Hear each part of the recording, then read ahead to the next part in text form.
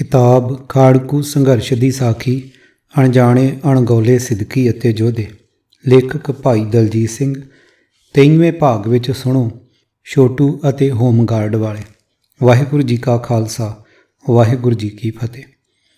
ਉਹਨਾਂ ਸਮਿਆਂ ਦੀ ਲਪੇਟ ਵਿੱਚ ਆਏ ਕੁਝ ਚਿਹਰਿਆਂ ਦੀ ਮੈਨੂੰ ਕਈ ਵਾਰ ਯਾਦ ਆਉਂਦੀ ਹੈ। ਉਸ ਸਮੇਂ ਹਥਿਆਰਾਂ ਦੀ ਵਰਤੋਂ ਦਾ ਕੀ ਮਤਲਬ ਸੀ? ਉਹ ਕਿਸ ਤਰੀਕੇ ਨਾਲ ਅਲੱਗ-ਅਲੱਗ ਕਿਸਮ ਦੇ ਲੋਕਾਂ ਰਾਹੀਂ ਕੀ ਰੂਪ ਵਿਖਾਉਂਦਾ ਸੀ? ਜੰਗ ਦੀ ਦਹਿਸ਼ਤ ਕਿਸ ਤਰ੍ਹਾਂ ਨਾਲ ਸਮਾਜ ਉੱਤੇ ਅਸਰ ਅੰਦਾਜ਼ ਹੁੰਦੀ ਹੈ? ਮਨੁੱਖ ਵਿਚਲਾ ਸ਼ੈਤਾਨ ਡਰ ਦੇ ਮਾਹੌਲ ਦਾ ਕਿਵੇਂ ਫਾਇਦਾ ਉਠਾਉਂਦਾ ਹੈ? ਇਹ ਵਰਤਾਰਾ ਇਸ ਦਾਸਤਾਨ ਰਾਹੀਂ ਬੋਲਦਾ ਹੈ ਜੋ ਮੈਨੂੰ ਵੱਖ-ਵੱਖ ਟੋਟਿਆਂ ਵਿੱਚ ਪਤਾ ਲੱਗੀ। ਹੁਣ ਪੂਰੀ ਕਰਕੇ ਲਿਖਣ ਲੱਗਾ ਹਾਂ। ਜਦ ਸਾਨੂੰ ਕਿਤੇ ਲੁਧਿਆਣੇ ਤੋਂ ਫਿਰੋਜ਼ਪੁਰ ਤੱਕ ਜਾਣਾ ਪੈਂਦਾ ਸੀ ਤਾਂ ਅਸੀਂ ਲੁਧਿਆਣਾ ਫਿਰੋਜ਼ਪੁਰ ਮੁਸਾਫਰ ਗੱਡੀ ਜੋ ਹਨੇਰਾ ਹੋਣ ਤੋਂ ਪਹਿਲਾਂ ਚੱਲਦੀ ਸੀ, ਉਸ ਵਿੱਚ ਜ਼ਿਆਦਾਤਰ ਮਾਡਲ ਗ੍ਰਾਮ ਸਟੇਸ਼ਨ ਤੋਂ ਹੀ ਚੜ੍ਹਦੇ ਸੀ। ਅਜਿਹੇ ਸਮੇਂ ਅਸੀਂ ਡੱਬ ਦਾ ਹਥਿਆਰ ਨਾਲ ਰੱਖਦੇ ਹੁੰਦੇ ਸੀ। ਜਿਹੜੀ ਥਾਂ ਉੱਤੇ ਉਤਰਨਾ ਹੁੰਦਾ ਸੀ ਉੱਥੇ ਕੋਈ ਨਾ ਕੋਈ ਲੈਣ ਆਇਆ ਹੁੰਦਾ ਸੀ। ਇਹ ਗੱਡੀ ਹਰ ਵੱਡੇ ਪਿੰਡ ਰੁਕਦੀ ਸੀ। ਉੱਥੋਂ ਦੇ ਨੌਕਰੀ ਪੇਸ਼ਾ ਲੋਕ, ਛੋਟੇ ਵਪਾਰੀ, ਆਮ ਕਿਸਾਨ ਜਾਂ ਮਜ਼ਦੂਰ ਸਫ਼ਰ ਕਰਦੇ ਸਨ। ਰੇਲਵੇ ਪੁਲਿਸ ਵੀ ਗੱਡੀ ਨਾਲ ਹੁੰਦੀ ਸੀ, ਪਰ ਉਹ ਬਹੁਤਾ ਧਿਆਨ ਨਹੀਂ ਦਿੰਦੇ ਸਨ, ਆਪਣਾ ਸਮਾਂ ਹੀ ਪੂਰਾ ਕਰਦੇ ਸਨ। ਪਹਿਲਾ ਹਿੱਸਾ। ਇੱਕ ਵਾਰ ਮੈਂ ਅਤੇ ਗੁਰਜੰਟ ਸਿੰਘ ਨੇ ਮੋਗੇ ਕੋਲ ਜਾਣਾ ਸੀ। ਸ਼ਾਮ ਨੂੰ ਇੱਥੋਂ ਗੱਡੀ ਚੜ੍ਹੇ। ਸਿਆਲਾਂ ਦੇ ਦਿਨ ਸਨ। ਅਸੀਂ ਆਪਣਾ ਰਹਿਰਾਸ ਦਾ ਪਾਠ ਕੀਤਾ। ਫਿਰ ਗੱਡੀ ਵਿੱਚ ਗੁਰਜੰਟ ਸਿੰਘ ਟਹਿਲਣ ਲੱਗਾ ਅਤੇ ਥੋੜ੍ਹੇ ਚਿਰ ਬਾਅਦ ਇੱਕ 17-18 ਸਾਲ ਦੇ ਨੌਜਵਾਨ ਨੂੰ ਆਪਣੇ ਨਾਲ ਡਹਿ ਆਇਆ। ਉਹ ਮਧਰੇ ਕੱਦ, ਕਣਕਵੰਨੇ ਰੰਗ, ਇਕਹਿਰੇ ਅਤੇ ਚੁਸਤ ਸਰੀਰ ਦਾ ਸੀ। ਉਹ ਉਹਦੇ ਨਾਲ ਗੱਲਾਂ ਕਰਨ ਲੱਗ ਪਿਆ। ਮੇਰੇ ਸੁਭਾਅ ਵਿੱਚ ਸ਼ੁਰੂ ਤੋਂ ਹੀ ਕਿਸੇ ਨਾਲ ਇਸ ਤਰ੍ਹਾਂ ਗੱਲਬਾਤ ਤੋਰਨ ਦੀ ਰੁਚੀ ਨਹੀਂ ਸੀ। ਗੁਰਜੰਟ ਸਿੰਘ ਦਾ ਸੁਭਾਅ ਸੀ, ਉਹ ਸਫ਼ਰ ਦੌਰਾਨ ਕਿਸੇ ਨਾ ਕਿਸੇ ਬੰਦੇ ਨਾਲ ਗੱਲਬਾਤ ਤੋਰ ਲੈਂਦਾ ਸੀ। ਉਹਨਾਂ ਦਿਨਾਂ ਵਿੱਚ ਉਹਦੇ ਕੋਲ FCI ਦੇ ਇੰਸਪੈਕਟਰ ਦਾ ਕਾਰਡ ਬਣਿਆ ਹੋਇਆ ਸੀ। ਅਸੀਂ ਜਦੋਂ ਵੀ ਕਿਤੇ ਸਫ਼ਰ ਉੱਤੇ ਨਿਕਲਦੇ ਸਾਂ ਤਾਂ ਸਾਡੇ ਕੋਲ ਕੋਈ ਨਾ ਕੋਈ ਪਛਾਣ ਬਣਾਈ ਹੋਈ ਹੁੰਦੀ ਸੀ ਜਾਂ ਫਿਰ ਆਪਸ ਵਿੱਚ ਕੋਈ ਕਹਾਣੀ ਬਣਾਈ ਹੁੰਦੀ ਸੀ ਕਿ ਅਸੀਂ ਕੌਣ ਹਾਂ ਅਤੇ ਸਾਡਾ ਆਪਸ ਵਿੱਚ ਕੀ ਸਬੰਧ ਹੈ, ਅਸੀਂ ਕੀ ਕਰਦੇ ਹਾਂ ਅਤੇ ਕਿੱਧਰ ਜਾ ਰਹੇ ਹਾਂ, ਕਿਉਂ ਜਾ ਰਹੇ ਹਾਂ। ਉਹਨਾਂ ਦਿਨਾਂ ਵਿੱਚ ਕਿਤੇ ਵੀ ਕੋਈ ਨਾਕਾ ਜਾਂ ਗਸ਼ਤ ਪਾਰਟੀ ਰੋਕ ਕੇ ਅਜਿਹੇ ਸਵਾਲ ਆਮ ਹੀ ਪੁੱਛ ਲੈਂਦੀ ਸੀ। ਕਈ ਸਿੰਘ ਆਮ ਪੁੱਛੇ ਜਾਣ ਵਾਲੇ ਸਵਾਲਾਂ ਦੀ ਤਿਆਰੀ ਬਿਨਾਂ ਇਸ ਤਰ੍ਹਾਂ ਹੀ ਮੁਸੀਬਤ ਵਿੱਚ ਫਸ ਗਏ ਸਨ। ਗੁਰਜੰਟ ਸਿੰਘ ਕਿਸੇ ਨਵੇਂ ਬੰਦੇ ਨਾਲ ਵੀ ਗੱਲਬਾਤ ਵਿੱਚ ਖੁੱਭ ਜਾਇਆ ਕਰਦਾ ਸੀ। ਅਗਲੇ ਬੰਦੇ ਦੀ ਜ਼ਿੰਦਗੀ ਦੇ ਦੁੱਖ ਸੁੱਖ ਵਿੱਚ ਸ਼ਾਮਲ ਹੋ ਜਾਂਦਾ ਸੀ। ਕਿਸਾਨਾਂ ਅਤੇ ਮਜ਼ਦੂਰਾਂ ਤੋਂ ਉਹਨਾਂ ਦੀ ਜ਼ਿੰਦਗੀ ਦੀਆਂ ਔਕੜਾਂ ਬਾਰੇ ਸੁਣਦਾ ਸੀ ਤਾਂ ਇਉਂ ਲੱਗਦਾ ਸੀ ਕਿ ਉਹ ਉਹਨਾਂ ਦੇ ਦੁੱਖ ਵਿੱਚ ਹੀ ਸ਼ਿਰਕਤ ਕਰ ਰਿਹਾ ਹੋਵੇ। ਇਹ ਨੌਜਵਾਨ ਬਿਹਾਰ ਤੋਂ ਸੀ। ਉਹਦੀਆਂ ਅੱਖਾਂ ਦੱਸ ਰਹੀਆਂ ਸਨ ਕਿ ਬਹੁਤ ਤੇਜ਼ ਤਰਾਰ ਸੀ। ਉਹਦੀਆਂ ਅੱਖਾਂ ਬਹੁਤ ਵਿਆਕੁਲ ਅਤੇ ਖਤਰੇ ਨਾਲ ਜੂਝਣ ਵਾਲੀਆਂ ਲੱਗਦੀਆਂ ਸਨ। ਮੈਂ ਉਹਨਾਂ ਦੀਆਂ ਗੱਲਾਂ ਸੁਣਦਾ ਰਿਹਾ। ਉਹ ਨੌਜਵਾਨ ਆਪਣੀ ਜ਼ਿੰਦਗੀ ਬਾਰੇ ਦੱਸ ਰਿਹਾ ਸੀ। ਫਿਰ ਮੈਂ ਆਪਣੇ ਖਿਆਲਾਂ ਵਿੱਚ ਚਲਾ ਗਿਆ ਅਤੇ 2 ਘੰਟਿਆਂ ਬਾਅਦ ਅਸੀਂ ਉਤਰਨਾ ਸੀ। ਗੁਰਜੰਟ ਸਿੰਘ ਨੇ ਉਤਰਨ ਵੇਲੇ ਉਸ ਨੌਜਵਾਨ ਨੂੰ ਕਾਗਜ਼ ਉੱਤੇ ਲਿਖ ਕੇ ਟੈਲੀਫੋਨ ਨੰਬਰ ਦੇ ਦਿੱਤਾ। ਟਿਕਾਣੇ ਉੱਤੇ ਜਾ ਕੇ ਗੁਰਜੰਟ ਸਿੰਘ ਨੇ ਦੱਸਿਆ ਕਿ ਇਹ ਨੌਜਵਾਨ ਅੱਧਾ ਸੱਚ ਬੋਲ ਰਿਹਾ ਸੀ। ਅਸਲ ਵਿੱਚ ਉਹ ਘਰੋਂ ਭੱਜ ਕੇ ਗੁਰਬਤ ਵਿੱਚੋਂ ਨਿਕਲਣ ਲਈ ਨਵੀਂ ਦੁਨੀਆ ਲੱਭ ਰਿਹਾ ਹੈ। ਇਹਦਾ ਸਰੀਰ ਅਤੇ ਅੱਖਾਂ ਦੱਸਦੀਆਂ ਹਨ ਕਿ ਉਹ ਨਵੇਂ ਜ਼ਮਾਨੇ ਦਾ ਬੰਦਾ ਹੈ। ਜੇ ਉਹ ਸਹੀ ਲੀਹ ਫੜ ਲਵੇ ਤਾਂ ਉਹ ਕੰਮ ਦਾ ਬੰਦਾ ਬਣ ਸਕਦਾ ਹੈ। ਮੈਂ ਇਸ ਨੂੰ ਆਪਣੀ ਨਵੀਂ ਠਾਰ ਕੋਲ ਚੱਕੀ ਵਾਲਿਆਂ ਦਾ ਨੰਬਰ ਦਿੱਤਾ ਹੈ। ਕਿਹਾ ਉੱਥੇ ਜਾ ਕੇ ਆਪਣੇ ਬਾਰੇ ਪੁੱਛ ਲਵੇ।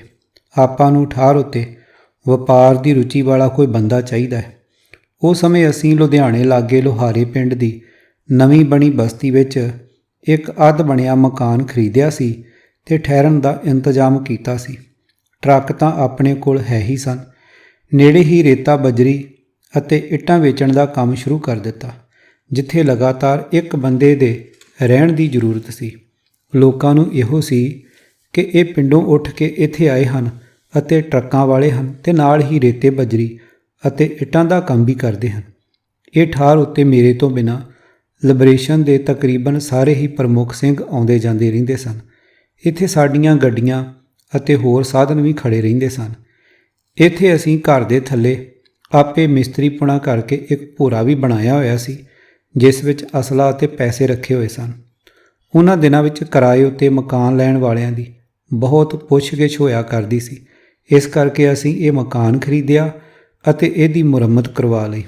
90 ਤੋਂ 92 ਵਿਚਕਾਰ ਲੁਧਿਆਣੇ ਵਿੱਚ ਲਿਬਰੇਸ਼ਨ ਵੱਲੋਂ ਜਿਹੜੇ ਵੀ ਕੰਮ ਕੀਤੇ ਗਏ ਉਹਦੇ ਲਈ ਇਹ ਟਿਕਾਣਾ ਹੀ ਵਰਤਿਆ ਗਿਆ। ਮੈਂ 90 ਦੇ ਅਖੀਰ ਵਿੱਚ ਪੰਜਾਬ ਤੋਂ ਬਾਹਰ ਚਲਾ ਗਿਆ ਅਤੇ 92 ਵਿੱਚ ਜਦੋਂ ਵਾਪਸ ਲੁਧਿਆਣੇ ਆਇਆ ਤਾਂ ਰਾਤ ਨੂੰ ਸੌਣ ਵੇਲੇ ਗੁਰਜੰਟ ਸਿੰਘ ਨੇ ਉਸ ਨੌਜਵਾਨ ਬਾਰੇ ਗੱਲ ਕੀਤੀ। ਗੁਰਜੰਟ ਸਿੰਘ ਕਹਿਣ ਲੱਗਾ ਕਿ ਉਹ ਨੌਜਵਾਨ ਬਾਰੇ ਜਿਵੇਂ ਸੋਚਿਆ ਸੀ ਉਵੇਂ ਹੀ ਆ ਗਿਆ। ਉਹਨੂੰ ਕੰਮ 'ਤੇ ਰੱਖ ਲਿਆ ਕਿਉਂਕਿ ਉਹਨੇ ਪਹਿਲਾਂ ਨਾਲੋਂ ਜ਼ਿਆਦਾ ਸੱਚਾਈ ਵਿੱਚ ਆਪਣੇ ਬਾਰੇ ਦੱਸ ਦਿੱਤਾ। ਇੱਥੇ ਬੜੀ ਜ਼ਿੰਮੇਵਾਰੀ ਨਾਲ ਕੰਮ ਕਰਦਾ ਰਿਹਾ ਅਤੇ ਘਰੇ ਹੀ ਰਹਿੰਦਾ ਸੀ। ਰੋਟੀ ਪਾਣੀ ਦਾ ਕੰਮ ਵੀ ਉਹੀ ਕਰਦਾ ਸੀ। ਸਾਰੇ ਉਹਨੂੰ ਛੋਟੂ ਆਖ ਕੇ ਬੁਲਾਉਂਦੇ ਸਨ। ਉਹ ਕਈ ਮਹੀਨੇ ਕੰਮ ਕਰਦਾ ਰਿਹਾ। ਇਹ ਘਰ ਨੂੰ ਆਪਣਾ ਹੀ ਘਰ ਸਮਝਦਾ ਸੀ। ਅਸੀਂ ਵੀ ਉਸ ਉੱਪਰ ਵਿਸ਼ਵਾਸ ਕਰਨ ਲੱਗ ਪਏ। ਉਸ ਨੂੰ ਆਪਣੇ ਬਾਰੇ ਕੁਝ ਵੀ ਪਤਾ ਨਹੀਂ ਸੀ, ਪਰ ਉਹ ਚੁਸਤ ਬਹੁਤ ਸੀ। ਉਹਨੂੰ ਕਿਸੇ ਤਰ੍ਹਾਂ ਭੋਰੇ ਬਾਰੇ ਪਤਾ ਲੱਗ ਗਿਆ। ਇੱਕ ਦਿਨ ਉਹਨੇ ਚਾਬੀਆਂ ਲੱਭ ਕੇ ਭੋਰਾ ਖੋਲ੍ਹ ਲਿਆ। ਉੱਥੇ ਉਸ ਵੇਲੇ 2 ਅਸਾਲਟਾਂ, 5 ਮੈਗਜ਼ੀਨ, ਗੋਲੀ ਸਿੱਕਾ, 1 ਪਿਸਤੌਲ, 2 ਗਰਨੇਡ ਪਏ ਸਨ। ਨਾਲ 3 ਕੁ ਲੱਖ ਰੁਪਈਆ ਵੀ ਪਿਆ ਸੀ। ਇੱਕ ਬਹੁਤ ਸੋਹਣਾ ਬਰੀਫਕੇਸ ਪਿਆ ਸੀ ਜੋ ਅਸੀਂ ਕਿਸੇ ਖਾਸ ਬੰਦੇ ਵਾਂਗ ਬਣ ਕੇ ਜਾਣ ਲਈ ਵਰਤਦੇ ਹੁੰਦੇ ਸੀ। ਉਹ ਛੋਟੂ ਨੇ ਜਦੋਂ ਇਹ ਸਾਰਾ ਕੁਝ ਵੇਖਿਆ ਤਾਂ ਉਹਦੇ ਅੰਦਰਲਾ ਛੋਟਾ ਜਿਹਾ ਸ਼ੈਤਾਨ ਜਾਗ ਉੱਠਿਆ। ਉਹਨੇ ਸਾਰਾ ਕੁਝ ਉਸੇ ਬਰੀਫਕੇਸ ਵਿੱਚ ਪਾਇਆ ਅਤੇ ਉੱਥੋਂ ਰਫੂ ਚੱਕਰ ਹੋ ਗਿਆ। ਪਰ ਜਾਣ ਵੇਲੇ ਭੋਰੇ ਵਿੱਚ ਹੀ ਇੱਕ ਪਰਚੀ ਲਿਖ ਕੇ ਛੱਡ ਗਿਆ ਕਿ ਭਾਈ ਸਾਹਿਬ, आप मेरे पूजन योग हो, मुझे माफ़ करना, मैं अब जा रहा हूँ, मेरे पीछे मत आना। सानू जदों पता लगा ਤਾਂ ਸਾਨੂੰ ਕਾਫੀ ਚਿਰ ਉਹ ਠਾਰ ਛੱਡਣੀ ਪਈ ਕਿ ਕਿਤੇ ਉਹ ਫੜਿਆ ਗਿਆ ਤਾਂ ਪੁਲਿਸ ਨੂੰ ਲੈ ਕੇ ਇੱਥੇ ਆਊਗਾ। ਕੁਝ ਮਹੀਨਿਆਂ ਬਾਅਦ ਅਸੀਂ ਫਿਰ ਉਸੇ ਥਾਂ 'ਤੇ ਆਉਣ ਜਾਣ ਲੱਗ ਪਏ। ਅਸੀਂ ਉਹਨੂੰ ਭੁਲਾ ਦਿੱਤਾ ਅਤੇ ਉਹਨੂੰ ਉਹਦੇ ਹਾਲਾਤ ਉੱਤੇ ਛੱਡ ਦਿੱਤਾ। ਉਸ ਵੇਲੇ ਹੋਰ ਕੁਝ ਹੋ ਵੀ ਨਹੀਂ ਸਕਦਾ ਸੀ। ਗੁਰਜੰਟ ਸਿੰਘ ਨੇ ਇਹ ਕਹਾਣੀ ਦਾ ਇੰਨਾ ਹਿੱਸਾ ਹੀ ਸੁਣਾਇਆ। ਮੁੜ ਅਸੀਂ ਹੋਰ ਗੱਲਾਂ ਵਿੱਚ ਪੈ ਗਏ। ਦੂਜਾ ਹਿੱਸਾ। ਇਹ ਕਹਾਣੀ ਦਾ ਦੂਜਾ ਹਿੱਸਾ ਮੈਨੂੰ ਉਦੋਂ ਪਤਾ ਲੱਗਿਆ ਜਦੋਂ ਅਪ੍ਰੈਲ 1996 ਵਿੱਚ ਮੈਂ ਫੜਿਆ ਗਿਆ। ਲੁਧਿਆਣੇ ਪੁਲਿਸ ਕੋਲ ਮੇਰਾ ਕੋਈ 40 ਦਿਨ ਦਾ ਰਿਮਾਂਡ ਰਿਹਾ।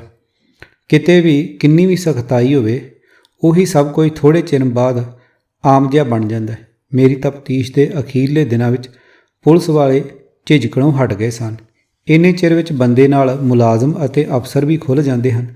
ਅਖੀਰਲੇ ਦਿਨਾਂ ਵਿੱਚ ਇੱਕ ਸ਼ਾਮ ਨੂੰ ਇੱਕ ਅਫਸਰ ਨੇ ਕਹਾਣੀ ਸੁਣਾਈ ਕਿ ਵੇਖੋ, ਦਹਿਸ਼ਤ ਵਾਲੇ ਮਾਹੌਲ ਵਿੱਚ ਤੁਹਾਡੇ ਨਾਮ ਉੱਤੇ ਲੁਟੇਰਿਆਂ ਅਤੇ ਜਰਾਇਮ ਪੇਸ਼ਾ ਲੋਕਾਂ ਨੇ ਕਿਵੇਂ ਲਾਹਾ ਲਿਆ ਅਤੇ ਵਿੱਚੇ ਸਾਡੇ ਪੁਲਿਸ ਵਾਲਿਆਂ ਨੇ ਆਮ ਲੋਕਾਂ ਨੂੰ ਕਿਵੇਂ ਲੁੱਟਿਆ। ਉਸ ਅਫਸਰ ਨੇ ਖੰਨੇ ਵਿੱਚ ਤਾਇਨਾਤ ਹੋਮਗਾਰਡ ਦੇ 2 ਜਵਾਨਾਂ ਦੀ ਕਹਾਣੀ ਸੁਣਾਈ ਜਿਹੜੇ ਉਸੇ ਇਲਾਕੇ ਨਾਲ ਸੰਬੰਧਿਤ ਸਨ।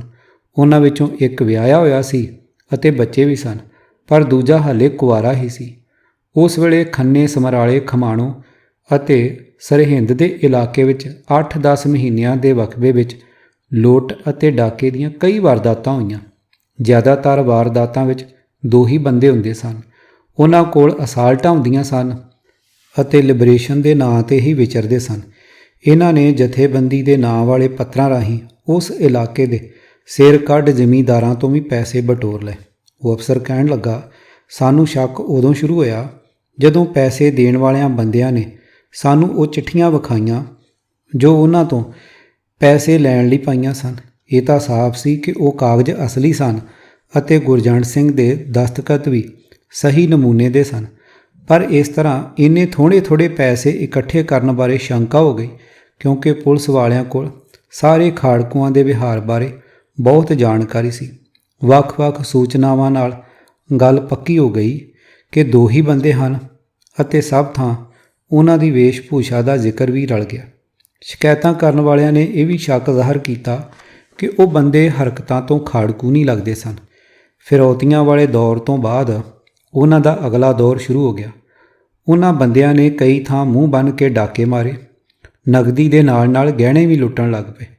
ਪੇਸ਼ੇਵਰ ਲੁਟੇਰਿਆਂ ਦੇ ਸੁਭਾਅ ਤੋਂ ਉਲਟ ਕਈ ਥਾਂ ਬੇਲੋੜੇ ਬੰਦੇ ਵੀ ਜ਼ਖਮੀ ਕਰ ਦਿੱਤੇ ਅਤੇ ਮਾਰ ਵੀ ਦਿੱਤੇ, ਪਰ ਉਹਨਾਂ ਬਾਰੇ ਕੁਝ ਵੀ ਪਤਾ ਨਹੀਂ ਚੱਲ ਰਿਹਾ ਸੀ। ਇਹ ਸਭ ਕੁਝ ਕੌਣ ਕਰ ਰਿਹਾ ਹੈ? ਕਿਉਂਕਿ ਉਹਨਾਂ ਦਿਨਾਂ ਵਿੱਚ ਪੁਲਿਸ ਲਈ ਇੱਕੋ ਮਸਲਾ ਖਾੜਕੂਆਂ ਨੂੰ ਫੜਨਾ, ਮਾਰਨਾ ਹੀ ਮੁੱਖ ਸੀ। ਇੱਕ ਦਿਨ ਮੁੱਖ ਦਫ਼ਤਰ ਨੂੰ ਸੂਚਨਾ ਮਿਲੀ ਕਿ ਖੰਨੇ ਵਿੱਚ ਤੈਨਾਤ 2 ਹੋਮਗਾਰਡਾਂ ਦਾ ਚਾਲ ਚੱਲਣ ਪਿਛਲੇ ਕੁਝ ਮਹੀਨਿਆਂ ਤੋਂ ਸ਼ੱਕੀ ਲੱਗ ਰਿਹਾ ਸੀ। ਇੱਕ ਸ਼ਾਮ ਨੂੰ ਉਹ ਦਾਰੂ ਪੀ ਕੇ ਆਪਸ ਵਿੱਚ ਲੁੱਟ ਦੇ ਮਾਲ ਪਿੱਛੇ ਲੜਨ ਲੱਗ ਪਏ। ਠੇਕੇ ਦੇ ਅਹਾਤੇ ਵਿੱਚੋਂ ਸੂਚਨਾ ਥਾਣੇ ਆਈ ਤਾਂ ਉਹਨਾਂ ਦੀ ਪੜਤਾਲ ਕੀਤੀ ਗਈ। ਉਹਨਾਂ ਦਾ ਰਹਿਣ ਸਹਿਣ ਬਹੁਤ ਸ਼ਾਨੋ ਸ਼ੌਕਤ ਵਾਲਾ ਸੀ ਅਤੇ ਖੁੱਲ੍ਹਾ ਖਰਚਾ ਕਰਦੇ ਸਨ। ਉਹਨਾਂ ਦੇ ਘਰਾਂ ਵਿੱਚ ਬਹੁਤ ਸਾਰਾ ਨਵਾਂ ਸਮਾਨ ਸੀ। ਇੱਕ ਨੇ ਲੁਧਿਆਣੇ ਵਿੱਚ ਕਿਰਾਏ ਦੇ ਮਕਾਨ ਵਿੱਚ ਇੱਕ ਜਨਾਨੀ ਵੀ ਰੱਖੀ ਹੋਈ ਸੀ। ਉਸ 'ਤੇ ਬਹੁਤ ਖਰਚਾ ਕਰਦਾ ਸੀ। ਇਹ ਜਾਣਕਾਰੀ ਮਿਲਣ ਮਗਰੋਂ CIA ਨੇ ਉਹਨਾਂ ਨੂੰ ਚੁੱਕ ਲਿਆ ਅਤੇ ਤਸ਼ੱਦਦ ਦੇ ਪਹਿਲੇ ਦੌਰ ਵਿੱਚ ਹੀ ਦੋਵੇਂ ਸਾਰਾ ਕੁਝ ਮੰਨ ਗਏ। ਸਾਰਾ ਅਸਲਾ 40-50 ਲੱਖ ਰੁਪਏ, ਬਹੁਤ ਸਾਰੇ ਗਹਿਣੇ ਉਹਨਾਂ ਤੋਂ ਬਰਾਮਦ ਹੋਏ। ਪੈਸੇ ਮੌਕੇ ਦੇ ਅਫਸਰਾਂ ਨੇ ਆਪਸ ਵਿੱਚ ਵੰਡ ਲਏ ਅਤੇ ਉਹਨਾਂ ਦੋਵਾਂ ਨੂੰ ਅਣਪਛਾਤੇ ਖਾੜਕੂ ਕਹਿ ਕੇ ਮਾਰ ਦਿੱਤਾ।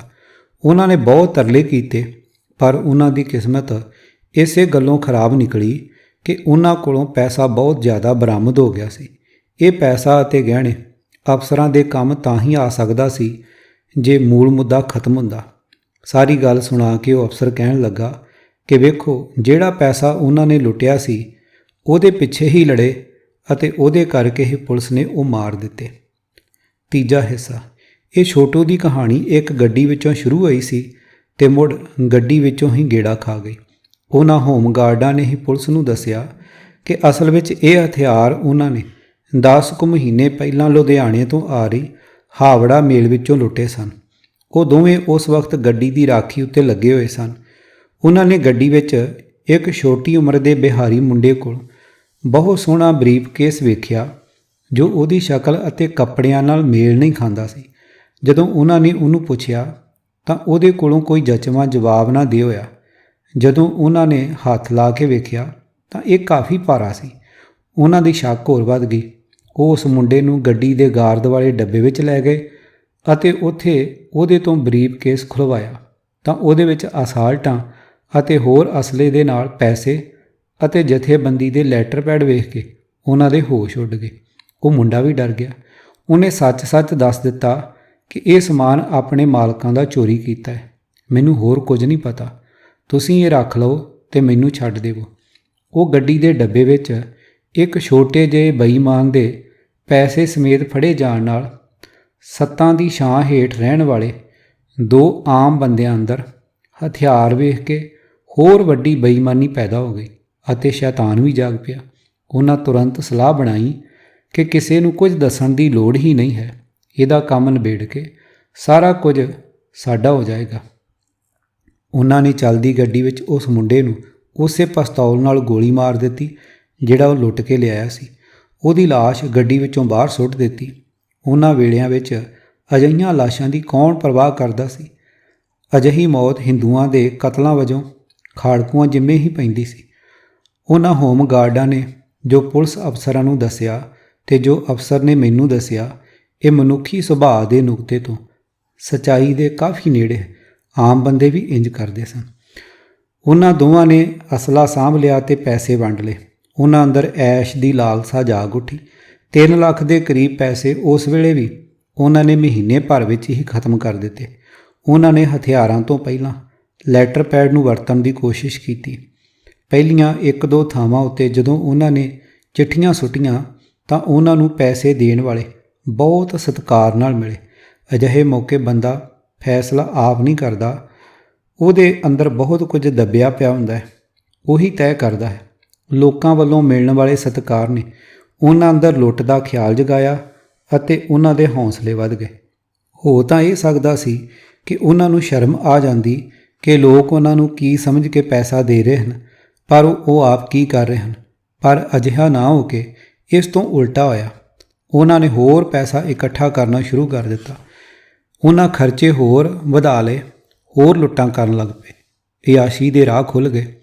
ਉਹਨਾਂ ਨੂੰ ਲੁੱਟਣ ਦੀ ਅਚਬੀ ਲੱਗਣ ਲੱਗ ਪਈ। ਉਹਨਾਂ ਕੋਲ ਹਥਿਆਰ ਸਨ, ਜਥੇਬੰਦੀ ਦੇ ਪਰਵਾਨੇ ਸਨ, ਜਿਸ ਕਰਕੇ ਇੱਕ ਨਾਮ ਹੀ ਹੋ ਗਿਆ ਅਤੇ ਉਹਨਾਂ ਦੀ ਹੈਸੀਅਤ ਮੁਤਾਬਕ ਪੈਸਾ ਵੀ ਬਹੁਤ ਆ ਗਿਆ। ਨਸ਼ੇ ਅਤੇ ਅਯਾਸ਼ੀ ਦੇ ਨਾਲ ਉਹਨਾਂ ਨੂੰ ਇੱਕ ਦੂਜੇ ਉੱਤੇ ਸ਼ੱਕ ਹੋਣ ਲੱਗ ਪਿਆ ਕਿ ਇਹ ਮੈਨੂੰ ਮਾਰ ਨਾ ਦੇਵੇ। ਇਹ ਗੱਲ ਨੂੰ ਲੈ ਕੇ ਉਹ ਲੜ ਪਏ ਤੇ ਉਹਨਾਂ ਦੀ ਲੜਾਈ ਨੇ ਫੜਵਾ ਦਿੱਤੇ। ਅਫਸਰ ਦੀ ਗੱਲ ਸੁਣ ਕੇ ਮੇਰੇ ਚੇਤੇ ਵਿੱਚ ਛੋਟੂ ਦਾ ਉਹ ਨੱਚਦੀਆਂ ਅੱਖਾਂ ਵਾਲਾ ਚਿਹਰਾ ਆ ਗਿਆ, ਪਰ ਅਫਸੋਸ ਕਿ ਉਹਦਾ ਅੰਤ ਬਹੁਤ ਬੁਰਾ ਹੋਇਆ। ਉਹ ਘਰੋਂ ਕਿਸੇ ਮਾਰਕਾ ਮਾਰਨ ਦੀ ਇੱਛਾ ਨਾਲ ਨਿਕਲਿਆ ਸੀ। ਉਹਦੇ ਮਨ ਵਿੱਚ ਬਾਹੂਬਲੀ ਬਣਨ ਦੀ ਇੱਛਾ ਸੀ। ਜੇ ਉਹ ਬਿਹਾਰ ਚਲਾ ਜਾਂਦਾ ਤਾਂ ਉਹਨੇ ਇਸੇ ਰਸਤੇ 'ਤੇ ਤੁਰਨਾ ਸੀ। ਪਤਾ ਨਹੀਂ ਇਹਨਾਂ ਹਥਿਆਰਾਂ ਨਾਲ ਕੀ ਕੁਝ ਕਰ ਦਿੰਦਾ। ਗੱਲ ਤਾਂ ਹਥਿਆਰ ਦੇ ਗਲਤ ਹੱਥਾਂ ਵਿੱਚ ਹੋਣ ਦੀ ਹੈ, ਖਾਸ ਕਰਕੇ ਜਦੋਂ ਮਾਹੌਲ ਹਥਿਆਰਾਂ ਲਈ ਸਾਜ਼ਗਾਰ ਹੋਵੇ ਤਾਂ ਇਹ ਕਹਿਰ ਮਚਾ ਦਿੰਦੇ ਆ। ਜਦੋਂ ਅਫਸਰ ਨੇ ਮੈਨੂੰ ਇਹ ਗੱਲ ਸੁਣਾਈ ਤਾਂ ਕੋਲ ਇੱਕ ਹੌਲਦਾਰ ਵੀ ਸੀ। ਉਹਨੇ ਬੜੇ ਸਿਆਣਪ ਵਾਲੇ ਲਹਿਜੇ ਨਾਲ ਹੋਮਗਾਰਡਾਂ ਬਾਰੇ ਕਿਹਾ ਕਿ ਸਾਲੇ ਕਮਲੇ ਸੀ। ਅਫਸਰਾਂ ਕੋਲ ਸਮਾਨ ਸਮੇਤ ਪੇਸ਼ ਹੁੰਦੇ, ਤਰੱਕੀਆਂ ਤੇ ਇਨਾਮ ਲੈਂਦੇ, ਗਲਤੀ ਕਰ ਗਏ ਮਾਰੇ ਗਏ। ਸ਼ਾਇਦ ਉਹ ਆਪਣੇ ਬਾਰੇ ਦੱਸ ਰਿਹਾ ਸੀ ਕਿ ਜੇ ਉਹ ਹੁੰਦਾ ਤਾਂ ਅਜਿਹਾ ਕਰਦਾ। ਪੁਲਿਸ ਵਿੱਚ ਇਸ ਤਰ੍ਹਾਂ ਦੀ ਦਰਜੇਬੰਦੀ ਬਹੁਤ ਭਾਰੂ ਹੁੰਦੀ ਹੈ ਕਿ ਹੇਠਲੇ ਦਰਜੇ ਵਾਲਿਆਂ ਲਈ ਉੱਪਰਲਿਆਂ ਨੂੰ ਖੁਸ਼ ਕਰਨ ਅਤੇ ਇਨਾਮ ਲੈਣ ਤੋਂ ਵੱਡੀ ਹੋਰ ਕੋਈ ਪ੍ਰਾਪਤੀ ਨਹੀਂ ਹੁੰਦੀ। ਕਿਤਾਬ ਖਾੜਕੂ ਸੰਘਰਸ਼ ਦੀ ਸਾਖੀ, ਅਣਜਾਣੇ ਅਣਗੌਲੇ ਸਿਦਕੀ ਅਤੇ ਯੋਧੇ, ਲੇਖਕ ਭਾਈ ਦਲਜੀਤ ਸਿੰਘ। ਭਾਗ 23ਵਾਂ। ਆਵਾਜ਼ ਭਾਈ ਗੁਰਜੰਟ ਸਿੰਘ ਰੂਪਵਾਲੀ। ਵਾਹਿਗੁਰੂ ਜੀ ਕਾ ਖਾਲਸਾ, ਵਾਹਿਗੁਰੂ ਜੀ ਕੀ ਫਤਿਹ।